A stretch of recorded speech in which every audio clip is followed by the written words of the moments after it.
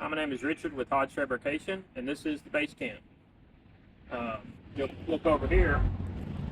This trailer only weighs, the Bear trailer itself, 1,800 pounds, and I'll pull it with my mid-sized truck, no problem. We designed the tongue on this to be long so that it's easier to back up and not jackknife on you. You also have quite a bit of room for a toolbox.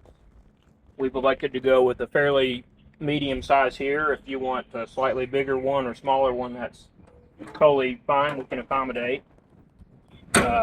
We've set up some Rhino USA ratcheting jacks that bolt straight onto the frame, making it very easy to bolt your four-wheeler down or any equipment you want.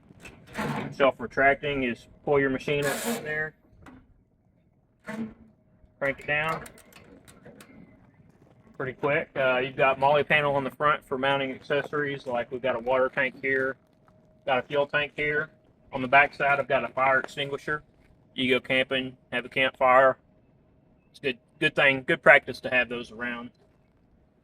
Moving around here, you'll notice on all four corners we have a leveling jack, and easy setup. Just park it where you're going to put it.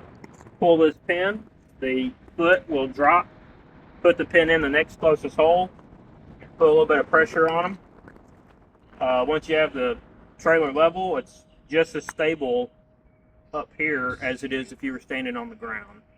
There's no play in it. Versus having a rooftop tent on top of a vehicle and sitting on the springs. You feel all that motion multiplied the higher up in the air you are. So, moving on, you got your spare tire mounted in a real convenient place on the passenger side of the vehicle. That way, if you do have a flat, you're retrieving your spare from the passenger side, and you're hopefully not staying out in the road. So we tried to keep things safe in that regard. Moving along, we have some very nice custom press broke fenders. This is made out of 10 gauge carbon floor plate. The whole structure is powder coated. We outsource that, and the company that does it has a special coating endorsement. They do a great job. Up on the top here is a Ursa 1300 rooftop tent. We selected this tent. I selected this tent just because looking around the market, it had the features that I liked. If you have a different rooftop tent you would prefer, it's no problem at all for us to put that on here instead. This one does have some good features, such as the roof opens up and you can actually see the stars at nighttime. You can stand up and look out the roof here. You can come out this front window and you have a 4-foot by 4'8" patio made out of aluminum 1/4-inch floor plate. It's very rigid and stable that you can just use as a patio to sit on. You can deer hunt off of it.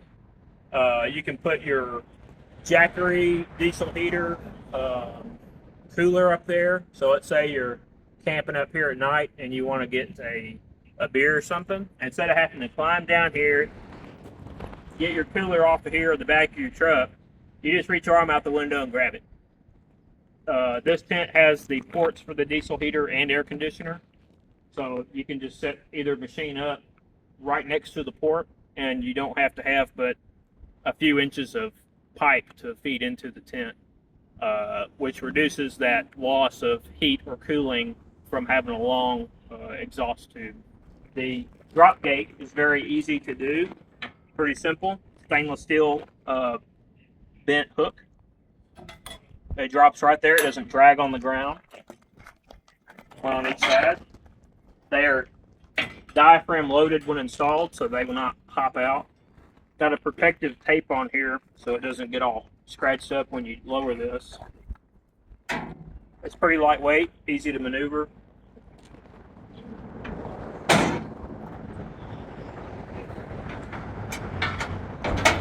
Drop them in there, they lock in.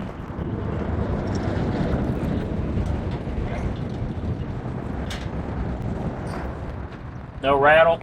That's a big. Up above me is a Delta Wing 270-degree awning. wraps around 270 at this back corner. It's a self-supporting awning, but if it's real rainy or windy, or it's dark and you want to use the integrated light, you drop these legs, lift up on that a little bit, turn it, it locks, your light's exposed, you've got a little more support in the structure. Those lights are on every one of these posts. And again, if you have a different awning that you would rather use, it's not a big deal for us to put that on there. We designed it with this tent and awning combo. They seem to have been very well thought out, and they're fairly affordable. And on this side, we have a ladder. This being the prototype, this ladder is just a bolt-on accessory. On our production model, this is going to actually be welded into the frame, upper and lower. But even bolted on, there's no rattle. The whole thing is very solid. So let's say that you get somewhere, you think it's going to be a nice spot, and so you don't want to set everything up yet. You want to make sure it's going to be a good spot. You don't have to deploy the tent and use that ladder to get up there. You can just walk over here, climb up this,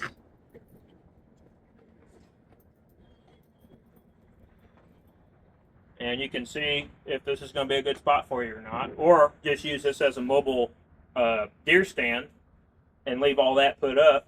You set your chair and rifle tripod with like an Arca mount, as I've done in another video. So this is that 1/4-inch aluminum floor plate, and it's held down by countersunk stainless hardware. In fact, all the hardware on this entire trailer is stainless. We don't like looking at rust. Right here, you can roll this up, put this together,